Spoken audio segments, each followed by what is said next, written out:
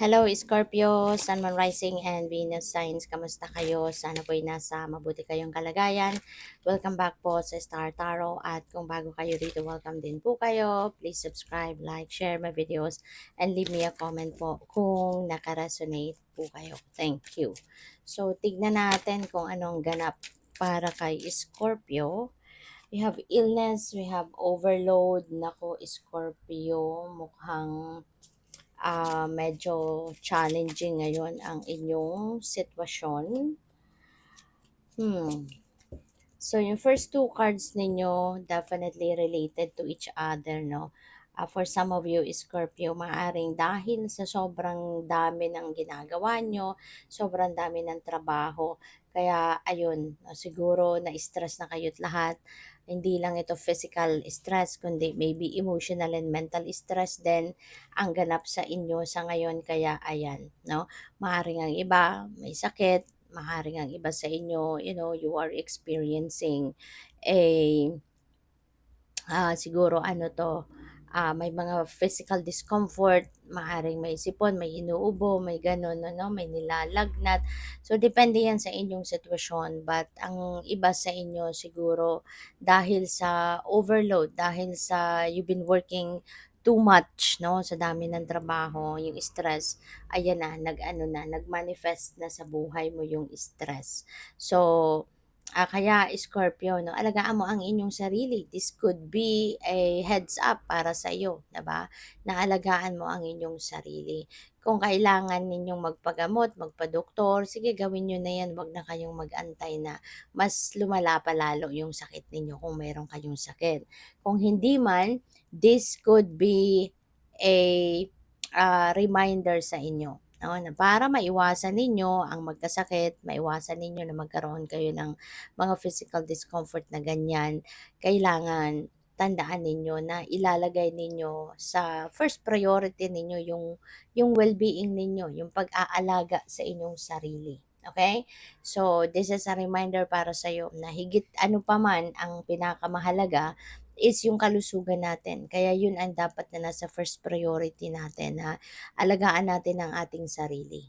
Alright? Kasi kahit marami kayong tatrabahuin tulad nito, kahit ganito kadami yung tatrabahuin ninyo, kung kayo ay maganda ang pakiramdam, kung kayo ay healthy, malusog kayo, kahit ganyang kadami yan, wala kayong problema dyan. Magagawa at matatapos ninyo yan. Pero kapag ganito kadami ang trabaho ninyo, tapos ganito ang sitwasyon, anong mangyayari, 'di ba? So, hindi ninyo to matatrabaho.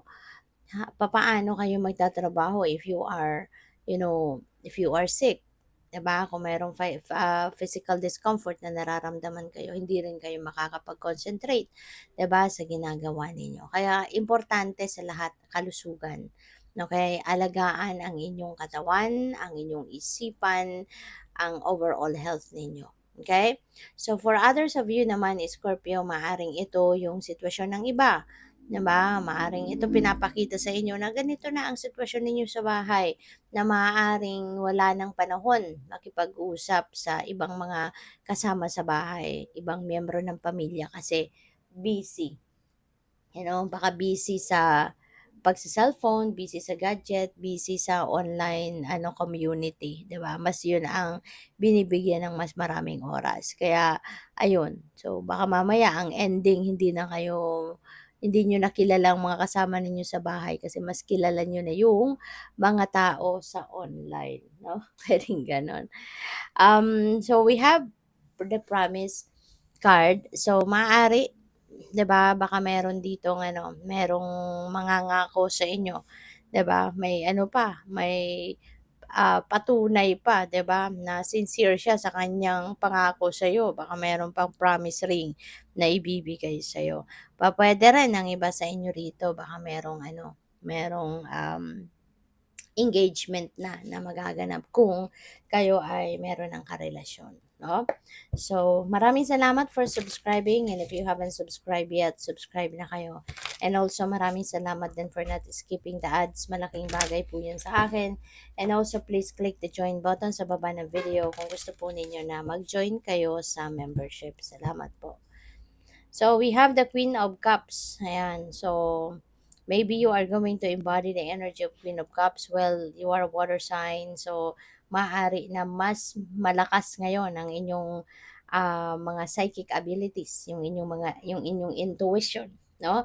Mas malakas 'yan sa ngayon. At saka maaari na ang iba sa inyo dito, Scorpio, um, siguro you are going to be more empathic, no? Mas malakas ngayon ang inyong antena, ang inyong receptivity, no?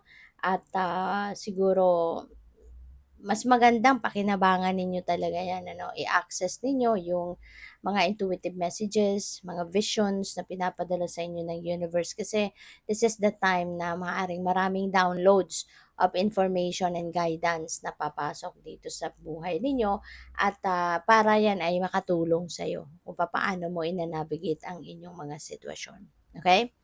So, what else? We have the Page of Pentacles. This is swerte, no? This is good luck on your side. At magiging maswerte din kayo sa ngayon, Scorpio. Sa magiging maswerte kayo pagdating sa pera, 'di ba? Sa finances, trabaho, career, mga financial ah, financial deals, no? May mga transactions siguro kayo ngayon regarding money. So, may swerte na dadating sa inyo rito. Maaring magiging maganda ang outcome, no, ng mga dealings na 'to, ng mga transactions na 'to. Maaari din na merong perang dadating, 'di ba? Baka may mababalitaan kayo na merong ayuda, merong business, may ROI kayo sa inyong negosyo, mga gano'n ba, no? Or baka merong magbabayad ng utang sa inyo. So, we have the Four of Cups, meron ditong offer.